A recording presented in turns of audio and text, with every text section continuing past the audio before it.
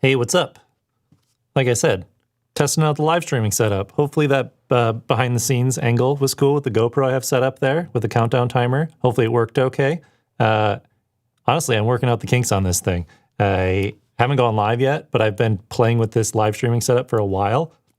Let me cut to this angle. You can see how complex this thing is. Way too complicated, but I have a lot of video gear, a lot of video equipment from doing video production full time. So we'll get into the whole setup, the whole breakdown of everything here. Just going to kind of do it live. So it's not going to be polished. It's not going to be short, but I want to answer your guys' questions and get right into it. So I already got a question. Am I using OBS? No, I'm actually using Ecamm Live. I'll show you guys the software side of things as well as all the hardware and stuff like that. So yeah, I'm just going to start with the tour. I think honestly, the best way to do it is to start with this behind the scenes angle here. And it's pretty complicated, pretty complex. I'll start with the cameras first. So I'm using a C70 here as my main camera angle. That's this one here that you're seeing. So that's my Atem there. On top of it, I have a monitor from OC. And what that is doing is that's actually giving me a preview. That's giving me a preview of what I see in Ecamm. So whatever you guys see, that's what's on top of that camera angle. So if I switched, if I switch angles now, you're not going to see a change because what you see is going to change. It's kind of meta that way, but it's going to basically show me what I'm showing everyone else, so I make sure that I'm showing the right thing. Then I also have another camera down here, another C70. I don't love this angle personally. Let me switch to it here. I'm still trying to figure out what to do with this, but if I was doing demos of like showing things, like if I was showing you these like red bongo tie things here, I have the autofocus set up so I could kind of show them. I think I like the top-down angle more. So my top-down angle here, this is actually an EOS R5 that I'm using for that. And it's pretty nice because I can, if I'm holding something up, it's got pretty quick autofocus. So if I'm demoing a piece of gear equipment or talking about something, it's pretty quick autofocus. And then I can switch back to the main angle like this. But I don't love this other side angle here. I'm kind of modeling this setup off of a bunch of other YouTubers, a bunch of other people. Caleb Pike especially has a desk that's set up like this with the Blackmagic A10 Mini Pro, multiple camera angles. And he had a camera that was low up front like this for demoing stuff. But I think I'm probably going to switch the C70 to be the top-down camera angle and then maybe make the R5 to be more of a side angle, more like this, but that I'm in. So it's kind of like something I could turn and talk to. That's probably what I'm thinking for the third camera angle. And then the fourth camera angle on the A10 Mini Pro is this GoPro here. So I have this GoPro mounted up above. Let me actually show you. So I have a GoPro mounted all the way up there, kind of on top of this monitor, basically. So this thing right here is a GoPro Hero 7, and that's my fourth input on the A10 Mini Pro. So those are the four main camera angles I have set up right now. Now I also have the ability to do screen sharing as well. So I have a laptop plugged in as well, and I can switch to that like this. And now I have picture-in-picture mode with the laptop plugged in through another Blackmagic device. So I have a bunch of these Blackmagic Pocket, like mini recorder. No, they're not Pocket. Blackmagic Ultra Studio mini recorders. They're the older version that plug in via Thunderbolt 2. And I'm running all this off a 2013 Mac Pro. So I have another HDMI cable going into one of those Blackmagic Ultra Studio things. Hey, you know what? This is something I can do live. I can actually look that thing up for you guys. Mini recorder. Like I said, I'm not used to being live. I'm used to editing everything in post. So it's basically this thing. So I have my computer running into one of these. There's a Thunderbolt 2 on the opposite side, and then the HDMI port goes into my MacBook Pro. So that's how I'm able to bring this in as another angle in Ecamm and then do the picture-in-picture like this. Because while you can do picture-in-picture with the A10 Mini Pro, it's just not as like fluid. It's not as easy to do because, like I could switch to this side angle, or let's say this top-down angle. I could turn on a picture-in-picture, but I would have to go into the settings to actually change, what this, I'm trying to point to it, what this little thing is going to show. I could zoom in, make it a circle, stuff like that.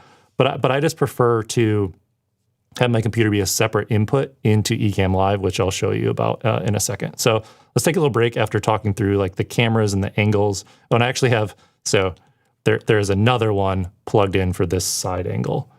So to get this angle right here, that's another one of these. It's another one of these Ultra Studio mini recorders. So that's technically 6 HDMI inputs going into my computer right now, which is probably too many. So let's take some questions here. Joe at Alpha Creative says, have you considered moving the side angle to over the shoulder shot? So I could do a little bit more over the shoulder to kind of show you what I was, demoing there. I don't feel like for most live streams I'm going to want to show everything, but I feel like someone always asks to see the behind the scenes angle, which is why I used this one for the countdown timer, and which is why I set up this one specifically for this stream. So, everyone could see the stuff I'm going to demo to you, to show to you.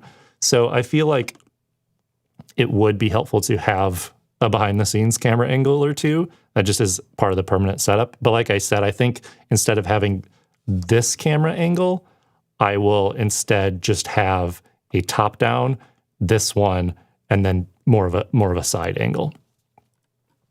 Let's say, the way you monitor but keep looking towards the camera, that's awesome. Oh, thank you. Yeah, I'm trying to keep an eye on everything. Obviously, there's a lot of moving parts involved with this. And for a monitor, it's kind of hard to see from this camera angle, but I'll kind of tilt up here and zoom in. So this is actually a 40-inch TV that's like set back in my studio a ways. And I have the Blackmagic like HDMI out, like monitoring ability going to that television. So I can see, the program feed, I can see all 4 angles, the main, the close-up, the top-down, the GoPro is kind of hidden back there. And then also hidden like right here are the audio levels. And I can see all of that stuff. I can see all of that from where I'm sitting. So I can make sure that all 4 camera angles are working. I can make sure that all 4 camera angles have audio going through them, which when I'm not doing a live stream is helpful to make sure that all the cameras are recording audio for syncing them up together in post, which is very important. What else? But mainly just to see all the different camera angles at once. And then if I go to this behind the scenes angle, what I used to use it for was I would just do this mode, where it's just a big 40-inch confidence monitor. So I know that, everything's in focus, things are in the shot and that sort of thing. But I tend to leave it as this. I tend to leave it as, show me all 4 of the camera angles and leave it at that. Because then, the monitor on top of my camera now is showing me what you guys see, so I can make sure that I'm always showing the right things. Other questions here. Someone says 2C70s, woo. Yeah, that was Joe. Yeah. I actually watched a bunch of Joe's videos this morning. Joe Atem there in the chat. If you guys scroll and see his name, he has a great video. Let me actually pull that up over here. Joe Atem. I just watched this video today, this work from home live streaming setup video, 25 minutes. He has it really dialed in with a bunch of iPad programming and stuff like that. And he and I were tweeting just a little bit ago about how it's a pretty niche, but he's able to do a bunch of different stuff. He's got a different setup, but he does use an A10 Mini Pro as well, and he uses the iPad to control it, which was pretty neat. But I picked up some tips about how to tweak my setup. I've been tweaking it for a while, and I figured I might as well just go live to start talking about it. So what other questions we got here before we get into more of like the audio and the lighting? Let's see. What lenses am I using? What lenses? That's a good question. Okay, so on this here, this is the C7D, the Atem here. I have an 18 to 35. I think that's, 18 to 35 from Sigma. I like this one because it's a little bit wider, but shallow depth of field. So I'm shooting at about f2.8 with 2 ND stops on at ISO 800. And then for the other lens here, I got a 35 mil L series on the other Canon C70. And then for the up top angle, probably shouldn't be panning this much in a live, but that's okay. Got a 40 mil Pancake lens. And the reason that I'm using this one is because my shotgun mic is right next to this camera. So if I zoom out a little bit, you can see my shotgun mic is right here. And I don't want a noisy lens on this. So you can see right now it's hunting focus. But hopefully you shouldn't be able to hear that because that's one of Canon's STM lenses. And with those lenses, you can basically have it be hunting focus and it doesn't really make much sound at all. So it's pretty nice to have an STM lens if you need something quiet that isn't going to be picked up in microphones. So I like that. It's also fast. STM lenses from Canon are really fast. I don't own any RF lenses. It's been a couple months, 3 months ago, I picked up two C70s and the Canon R5, and I think I have 10 Canon EF or EFS lenses, and none of those are RF mount, but I'll probably move into RF mounts eventually. Let's see. Are you using Rec 709 from the C70 or a LUT on Ecamm? Joe asks. I'm kind of doing a little bit of both.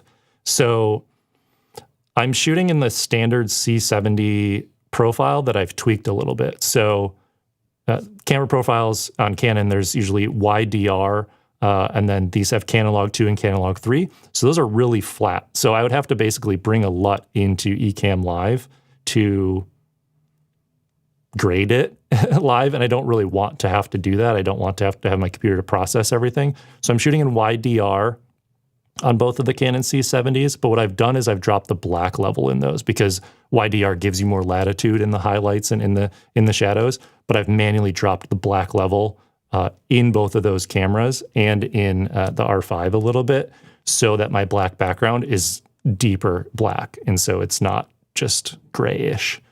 But yeah, good question. But I have done a little bit of like white balance and tint and a little bit of exposure boosting in Ecamm Live. What other questions we got here before we get? We have a couple questions about lighting. So maybe we'll just talk about that first. So let me go to this angle again. So I have a big aperture 120D Mark II, just, off to my right at about 30 degrees from the camera. Big, angled down a little bit as well. And then for other lights, not really sure how else to show these. I mean, I could zoom out a little bit, I guess. I have one light here that is a Philips Hue bulb that's like one of the Edison bulb styles, and I can actually control that from my Stream Deck or from my phone, like telling it to change brightness levels.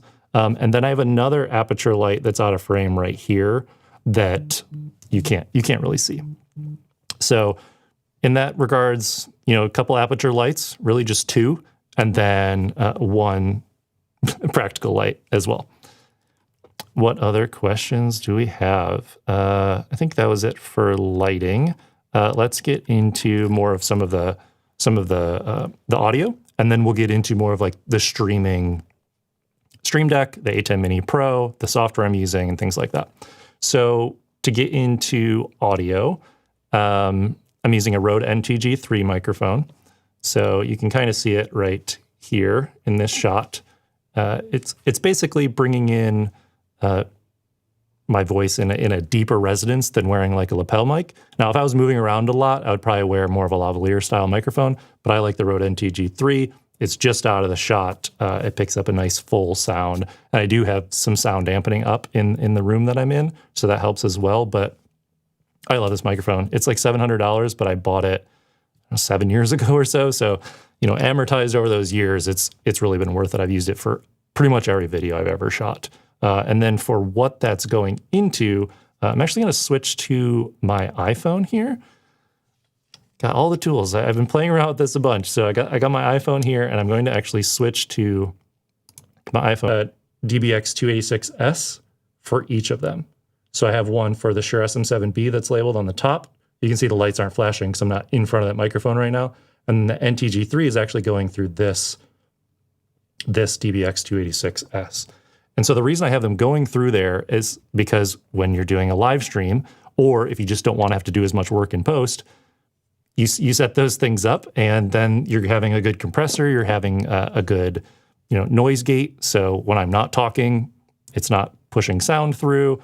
You have some help with my lisp a little bit of hiss sound goes away. So, that's helpful as well. So maybe you didn't hear me when I switched to the iPhone. I apologize if that's the case. I was just talking about the DBX286S that's under my desk that the Shure SM7B and my NTG3 are plugged into.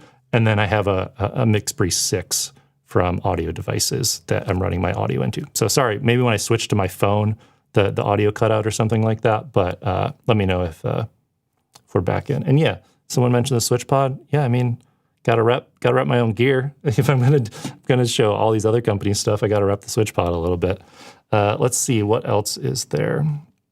People are asking about. Can you talk about how you sync your audio with your video? This is Sean, who asked a question even before we went live. So one of the big issues with going live when you have multiple devices is keeping the audio and the video in sync. And I'm going to assume that right now my video and my audio are both in sync pretty well for you guys as you're watching, at least when you're on this main camera angle. Maybe when I switch to a side angle or the GoPro or something like that, maybe there is a little bit of a delay.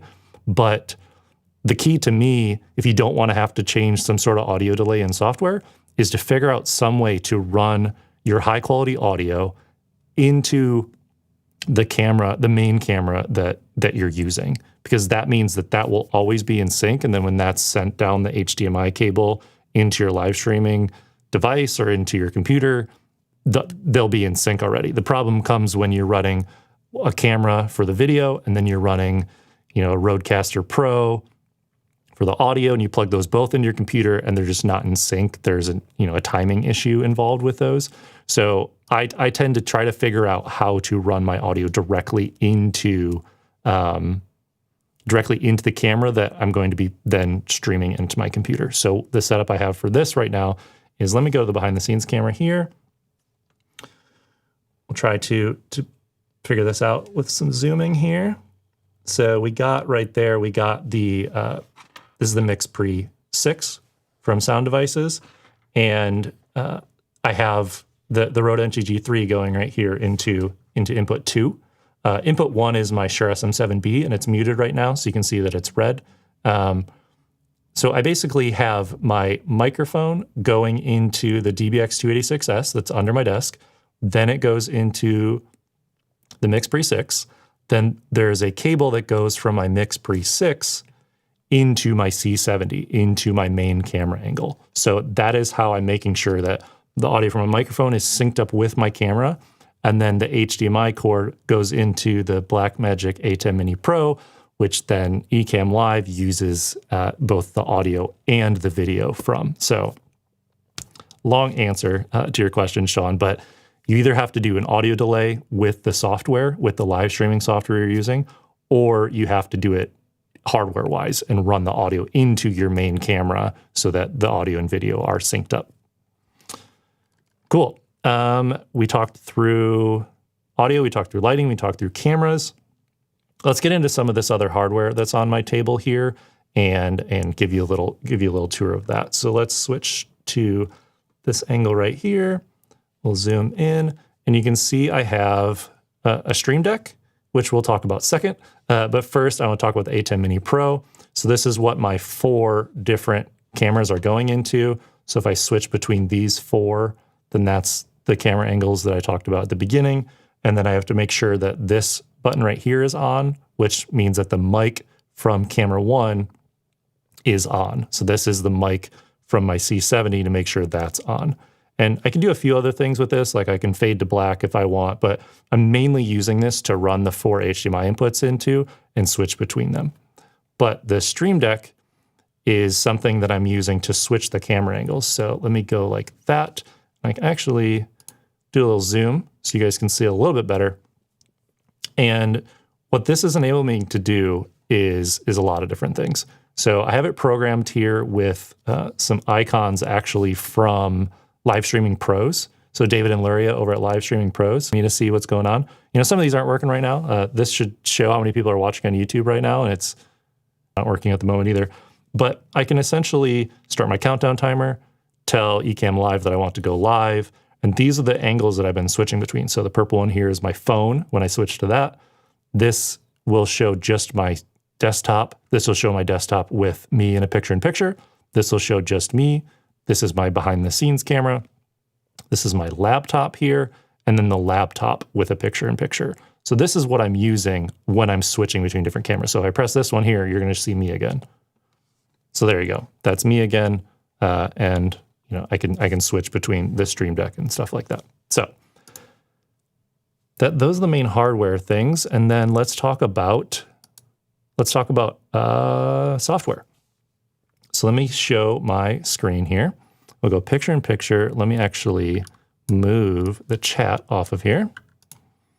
And now you can see my desktop is empty, supposedly, but it really isn't because this is what I see. I see Ecamm Live. So you should be able to see Ecamm Live now. Yeah, there you can. And I have my picture-in-picture. I have all the different settings I can use. I can see my audio levels here to make sure that when I'm talking, it's getting picked up properly. I have all my different scenes. So this is actually how I'm changing angles. You link up Ecamm Live to your Stream Deck, you change scenes. Here's the video setting. So if I have it zoomed in a little bit for this picture-in-picture, I have the brightness and temperature adjusted a little bit. But this is basically what you see with Ecamm Live. And this is what is running this live stream. And then everything else is just plugged into my computer. Ecamm Live sees it for all the different things. So that's a little preview of that. There are a lot more videos out there about how to properly use Ecamm Live, and I've watched a bunch of them. But yeah.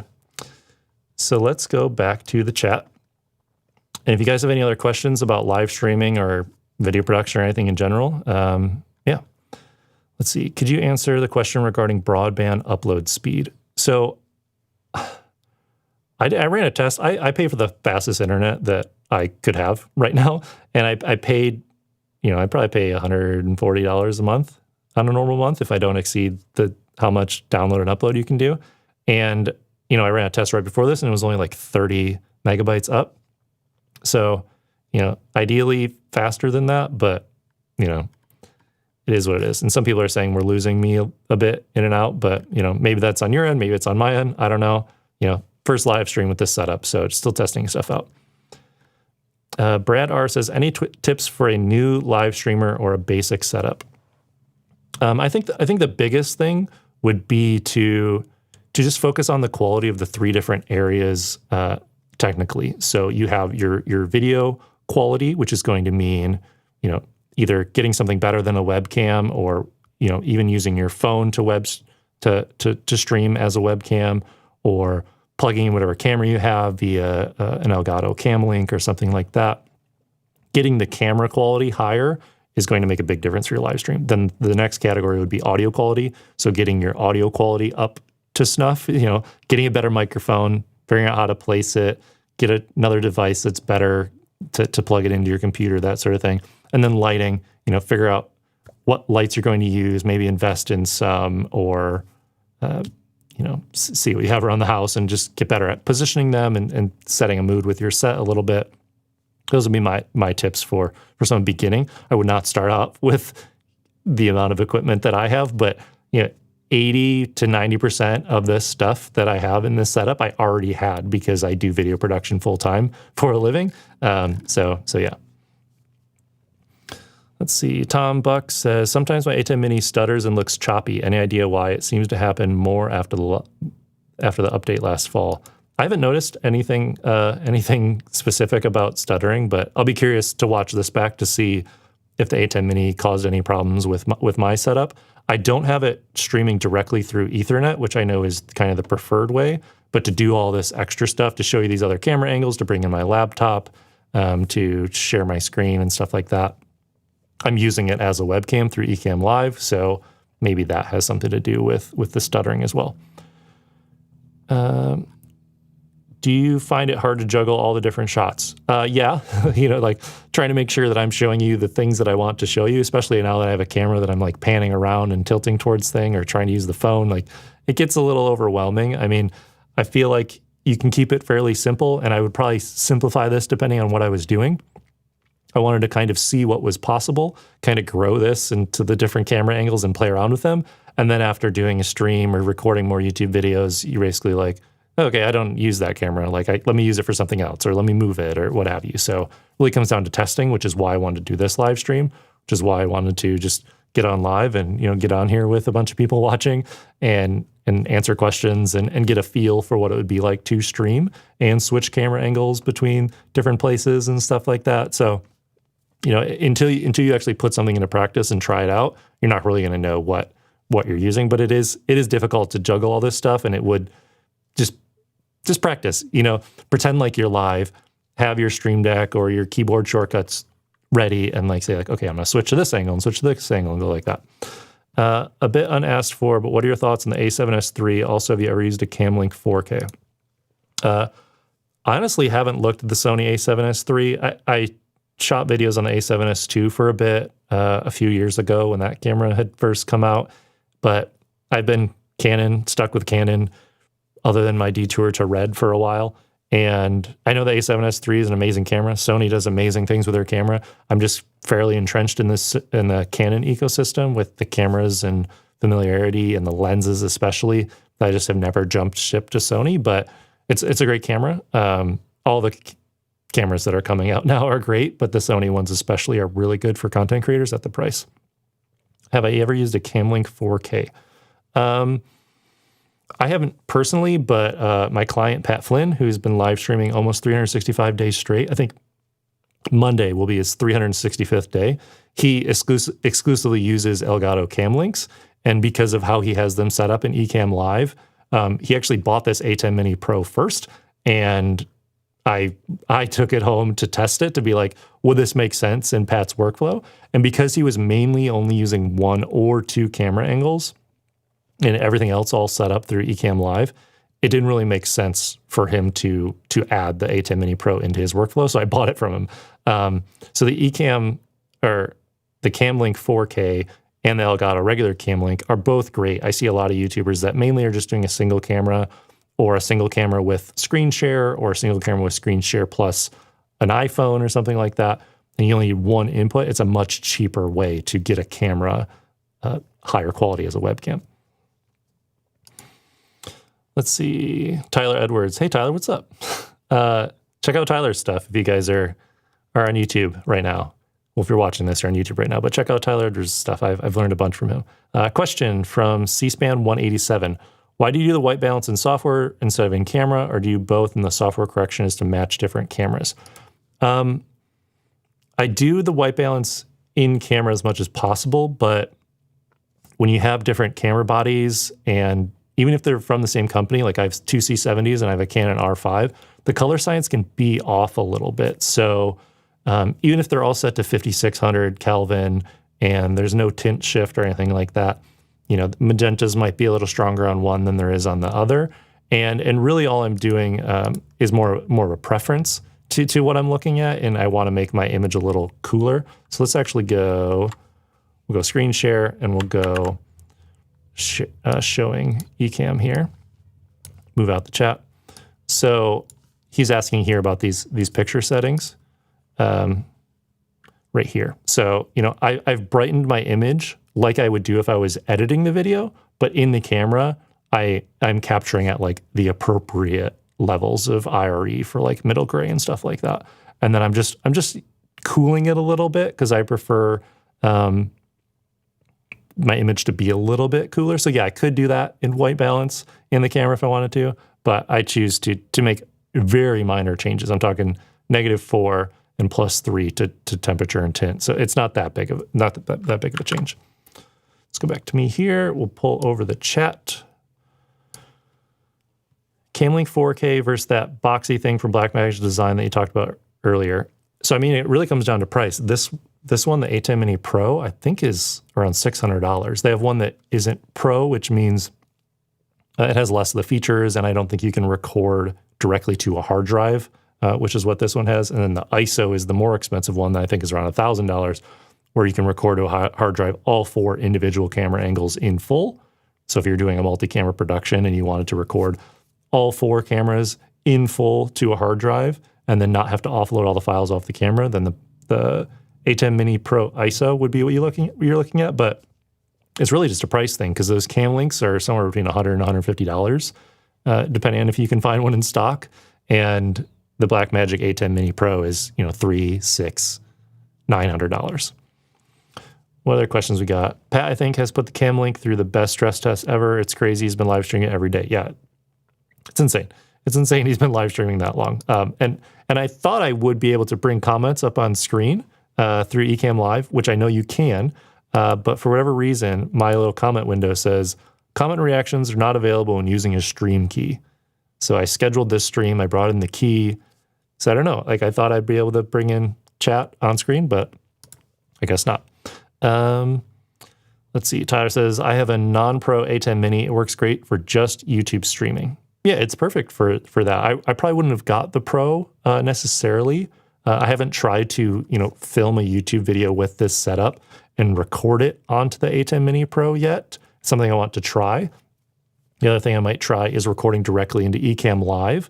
So all the multi-camera switching, the picture-in-picture screen sharing, all of that kind of stuff would be recorded into a file. And if I got good at doing it live or doing it in real time, that's way less video editing for me later. So that was the initial purpose of setting all of this up, was having a permanent setup with cameras in places, AC power, everything just ready to go so I can sit down and hit record. The other reason was if I can run all these through the A10 Mini Pro, maybe I can record the multi-camera stuff of what I'm filming or talking about or demoing, and then that's less editing later. Or I can do it live, and then, there is no editing because it's just live and it lives on my YouTube channel. So that's why I initially started playing around with this setup, was to speed up my production process, to get videos out faster, to make courses faster. But, I've gone off the deep end. Let's see. I was referring to the one I think you're using on the laptop recorder. Oh, the Blackmagic Ultra Studio Mini. The reason I wouldn't go with one of these is because they're older. and this one actually uses Thunderbolt 2. So depending on your computer, if you're using an older computer like I'm using right now, a 2013 Mac Pro, to do this live stream, that has Thunderbolt 2 ports. But if you're using a newer Mac that has Thunderbolt 3 ports, you're going to want to use something that is newer, or it just uses USB or something like that. So the reason why I'm using these to get my laptop screen shared, and the reason I'm using these for this behind the scenes camera, are because I had them lying around. I would have bought cam links from Elgato probably if I wanted to just plug in a single camera. These are just older than what I had lying around. Tyler says Ultra Studio Mini Recorder is only 720p also. That is a good thing to know. So that might mean that I'm not going to run my laptop into those, because when I do this kind of screen share, I want the resolution you guys are seeing here to be higher than 720p. So that's a good thing to know. But I feel like when I went into my display settings, Tyler, went to display, it's giving me 1080p. So it's letting me 1080p to the Ultra Studio Mini Recorder. So I don't know. Maybe you're right. Maybe it does use 1080p. I'm not sure, but I thought it used 1080 because of that. Okay, Tom Buck says you can connect Ecamm directly to your YouTube account in the preferences, then you don't need a key and you'll be able to pop up comments. Interesting, Tom. I thought I had it all connected, but I scheduled a stream, so I'm not sure how that works. Because on Ecamm Live, yeah, that was my question, I guess, is I went into Ecamm Live, and in the bottom right, it says, where do you want to stream to? And YouTube was an option, but I was afraid if I went to that one, it was going to go to a different URL or start a new live stream, as opposed to the one I had scheduled that people maybe had clicked reminders for and things like that. So who knows? Let's see. C-SPAN says 2013 Mac Pro trash can. I'm still rocking one of those. Yeah, I am too. I almost lost it last year because late in 2020, one of the graphics cards failed on me. I had probably 3 or 4 displays up. I was doing some studio portraiture into Lightroom for the SwitchPod, taking a lot of product photography, and everything went black and I couldn't get it to show any displays or anything like that. So I had to take my Mac Pro, wore the mask, went into the Apple store, dropped it off. Probably paid like $300, but I got my Mac Pro back, and it's running this. You know, it's kind of my permanent desk setup now, and I use my laptop at my like working desk because then I can run my display at a higher resolution and that sort of thing. So I mainly have these two Mac computers I'm using, but yeah, still holding on to the 2013 trash can. Let's see. Tom says maybe you can schedule the stream in Ecamm, but yeah, I think it'll start a new one. So yeah, I need to figure out how to schedule a stream and then enable it to let me bring in comments so I can display your guys' comments. One thing I did do is I enabled super chats on my channel. So if someone gives a super chat, it should pop up on the screen right here. There should be a funny GIF that pops up. Or if you become a member to my YouTube channel. So if anyone wants to do that, no pressure, obviously. I'm not asking you to give me money, but if you do it, it should work. And if you do it and it doesn't work, I'll figure out a way to give you your money back. All right, so what else do we want to cover? I feel like I covered all the cameras, all the setup, all the gear, that sort of thing. Any other questions you guys have about this setup? Maybe I can just walk through one more time quickly for people that joined late. So what I have going on here is I have a bunch of different equipment that I'm using to live stream. So let me talk about how I'm laying out my computer actually. So I have a vertical display here. This is a 32-inch HP monitor. And then I have a horizontal, older 27-inch Thunderbolt display here. And mainly what I'm doing is I have you guys' chat right here so I can see it right next to the lens. And then I have Ecamm up with all my settings. I'll probably move Ecamm to this second display eventually and be able to use this big display for picture-in-picture. Demoing how to do something in Premiere Pro or Final Cut Pro 10 or something like that. But then over here, I have my Stream Deck app, which enables me to, changing the buttons on the fly if I need to. Oh, Tom gave a thing there. Did it pop up right here? I wasn't even paying attention. Did it pop up on screen, Tom? It's not. I don't see it popping up.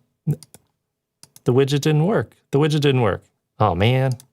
I had a great Ron Swanson gift. What I'm going to do is I'm going to go into, oh, there we go. It just popped up. There we go. It's a little bit delayed. There you go. Ron Swanson dancing. Oh, yeah. It's a little delayed. I wonder why it's that delayed. So, Tom, thank you for donating money. Also, Art, thank you for donating more money. Yes, that was epic. Yes. So if you're curious of how I did that, let's do a screen share. So I'm going to, boom, screen share. So you should be able to see here. I think it's called Streamlabs. Yep. So we log in here to our dashboard. Loading. So this is basically something that connects to your YouTube, your Twitch, your whatever you're live streaming to, and it enables you to bring things on screen, basically. So the two that I have set up are Super Chat and Member. So if I hit Test Super Chat, let's see if we get another one here. See if that popped on screen for you guys or not. I could basically test it. I could basically test to make sure that it's working. Oh, there we go. See, I didn't actually donate $22 to myself, but there's a little bit of a delay. Oh, see, I have a 5-second alert delay on. That's the problem right there. So I'm going to drop that. Let's do 1 second. Save settings. So basically in your Super Chat settings, you can add a GIF in here. So I went and I found one on Giphy and linked it here. You can have sound play. You can have it adjust with the different font sizes and things like that. You can change what it's actually going to say. You can put a minimum amount. So I have it set to 0. But if you wanted to only show something on screen, if somebody donated over $20 or something like that, you could do that. So this is what I'm using for that, the Streamlabs. So that's pretty cool pretty cool feature. Thanks you guys for helping me test that out. Fun to see it come through. Let's see. Far Out Tony says, it's kind of like car guys talking. Seriously impressive setup outside of a broadcaster. Yeah, I honestly is just like tinkering around to see what other people are doing. I'd love to actually shout out some other people right now. So let me switch to my laptop screen here. The first person that kind of inspired me to do this was definitely Caleb Pike, because he put out a video talking all about his studio setup, and you can see, mine is similar in a bunch of different ways. He has a big TV monitor that's showing his Blackmagic A10 Mini Pro up here. He has another display with his laptop, so he can demo things for you guys like I'm doing right now. He worked in a teleprompter as well. If I switch here, just the spacing here I have with my monitor and my camera, I don't think a teleprompter would work per se. Sometimes maybe I might try to use it.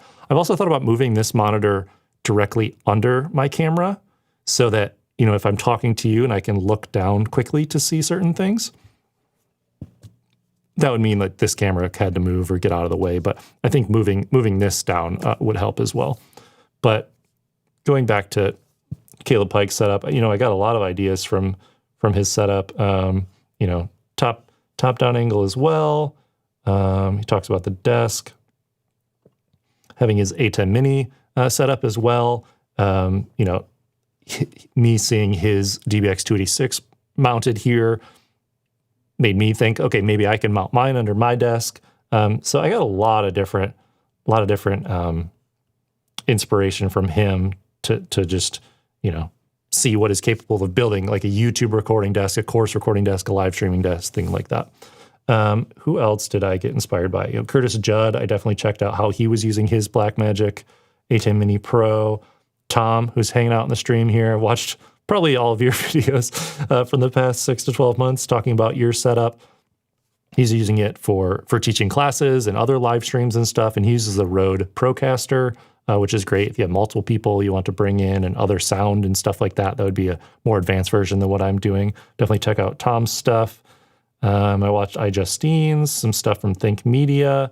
If you look up like live streaming setup, I've probably watched pretty much all the videos. Joe Allen, like I talked about earlier, his videos from the last couple weeks been helpful. Donna did it.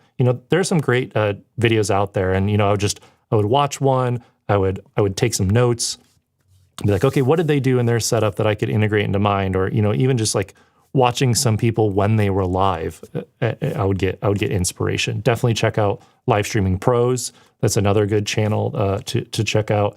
I'm gonna give them a huge shout out because I'm friends with them and want to definitely give them a shout out. So right here, Live Streaming Pros with Luria and David.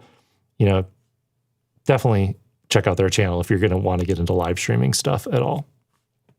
A couple other questions here. Is Streamlabs a paid service? So you can sign up for Streamlabs, the thing I was showing earlier here, but you don't have to. So this ability, the super chat pop-up, and if someone signs up to be a member, this stuff is free. So I didn't sign up to pay for this at all. But if someone was a member, we'll get a member pop-up here.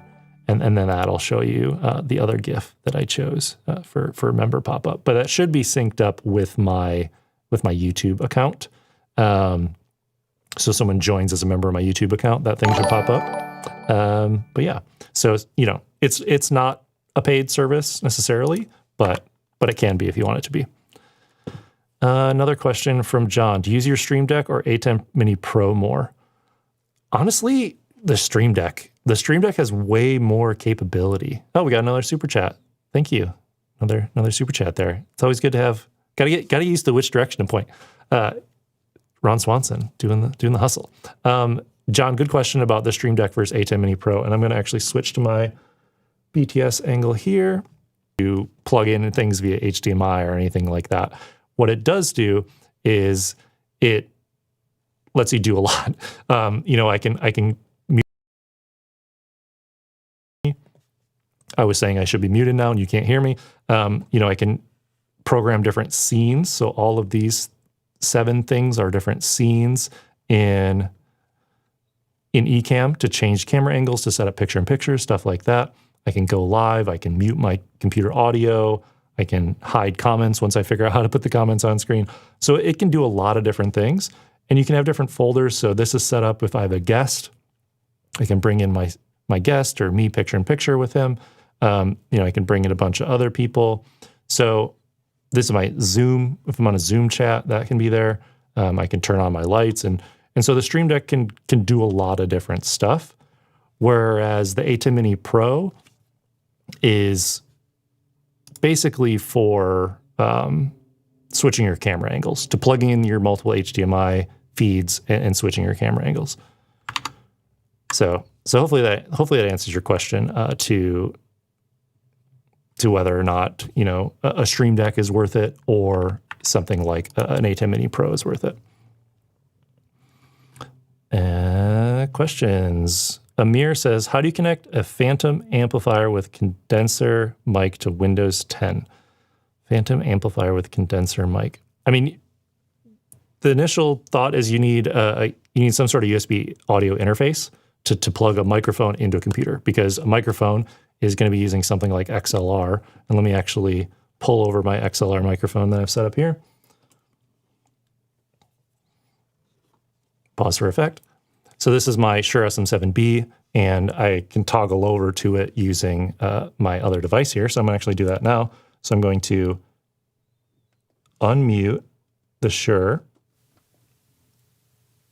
and mute my other mic. So now you should be hearing me through this microphone, the Shure SM7B. And I haven't totally dialed in this microphone yet. I recorded an annual review on this last week, and the audio was a little off, is a little hot for me based on my 286S settings, but it's close. One thing I actually did get is this thing.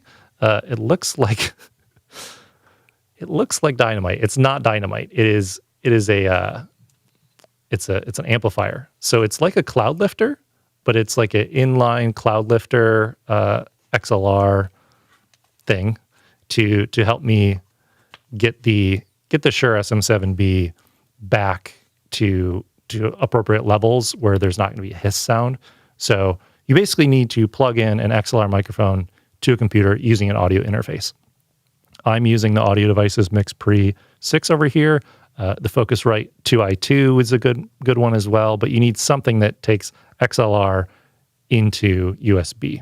So let me know how this mic sounds, if this is a different kind of setup environment for the live stream. If I should leave it on this mic, go back to the other one, let me know. Let's see. John says, I have the Stream Deck XL and love it. I hear a lot of people talking about the A10, but at the moment, since I use one camera, I don't think you need it. Yeah, John, if you're using one camera to live stream, the A10 Mini Pro isn't going to give you anything additional unless you're going to run another computer in as an HDMI input, and then you want to be able to use the picture-in-picture and switch between the two inputs that way. So like I'm doing, where I have my laptop and then a camera, I could have those both plugged into the A10 Mini and switch between those angles and go from there. Art says, Epos Vox is another great resource for live streaming gear and processes, and earned the nickname your live stream professor. Yeah, I've definitely checked out his videos as well. He has a lot of good videos about the Stream Deck as well. Gary said, are you able to record to an SSD live stream and use the multi-view with the A10 Mini Pro at the same time? Yes. So let me go to, so many things going on right here. Let me move my phone with the switch pod. Let me switch to this angle. Let me zoom out and go up to show you this. So this is the preview window you're talking about with the Blackmagic A10 Mini Pro. So your questions are, can you record to an SSD live stream and use this multi-view? The answer is yes. So this multi-view, all it is an HDMI output from your A10 Mini Pro. So there's an HDMI out of the A10 Mini Pro. You run that to a television or another monitor or something like that. And you can either have it show this, which is, a preview of all your cameras and their audio levels, or you can just show one angle. You can just show the program angle of whatever you're broadcasting or angle you're showing. So I leave it up at this. But while you're recording or live streaming, you can have it show that basically. So on the A10 Mini Pro, there's a record button. And if I had a hard drive plugged in through the USB-C port, then I could record to that hard drive. And then if you wanted to be live at the same time, you could go live through the Ethernet port. And so you could plug the Ethernet port into a router, and then you could go live that way. You can't use the USB-C port to record to a hard drive and use it as a webcam and then use other software like Ecamm Live at the same time. So you would basically have to use the Ethernet port. And yeah, John, I'm definitely not bringing that on as a carry-on. Is there advantage to switching to a MacBook Pro for video production? I mean, if you're using a Windows computer, you can still run Premiere Pro or DaVinci Resolve or some other piece of software. I would say that Apple computers are not optimized for video editing unless you're using Final Cut Pro 10. So there's not really a reason to switch to Mac just to do video production. I've just been on Mac for 10 or so years now, and definitely happy with using them. So I think we're getting close to wrapping up here. If you guys have any last minute questions, let me know. Thanks everyone for the super chats and all the questions, and just trying to demo this and get a feel for switching all the different angles. Yeah, this is fun. This is fun to do live streams and to interact with you guys. Like I said, you can definitely watch the replay. I need to go through and actually link to all of this stuff. I plan to do a full detailed video that's more truncated and tighter, but I still am kind of finalizing my setup here. Still trying to figure out like the placement of all the different things, like do I want these this far out of reach, or do I want them, right here in front of me? Do I want my monitor a little lower? Do I want to move this camera so I have a top down and a side angle? I'm still playing around with everything. So I wanted to do a live stream to get a feel for what it's like to actually be live, switch camera angles, show you what I'm doing, and then actually make a video breaking down this entire setup and linking to all the things I mentioned. So you can Google things and find them. I'll try to update the description below to have links as well. But one final question here from Gary. He says, do you have any knowledge about taking audio from XLR and going into the Mini? Interesting. So you're wanting to take an XLR microphone like this, and you want to plug it into the A10 Mini Pro. There are basically two ways you could do that. One would be, he retracted his message, but I'm going to still answer this question because I already started. Basically, can you run audio into the A10 Mini Pro? I would say yes. You either have to run it into a camera and then run that through HDMI, or there are two mic ports on the back, like 3.5 millimeter mic jacks. So you'd have to have something from an audio device that then runs into the A10 Mini Pro and then select that as the audio. So it is possible to take an XLR microphone, have some kind of device in between it and the A10 Mini Pro and get audio in there, either running through a camera or through another device and then into a 3.5 millimeter jack. So that's what I would say. C-SPAN says, great stream. Thank you for all the answers. You're welcome. Cheers, everyone. I'm going to shut this down, and we'll see you another time. Cheers.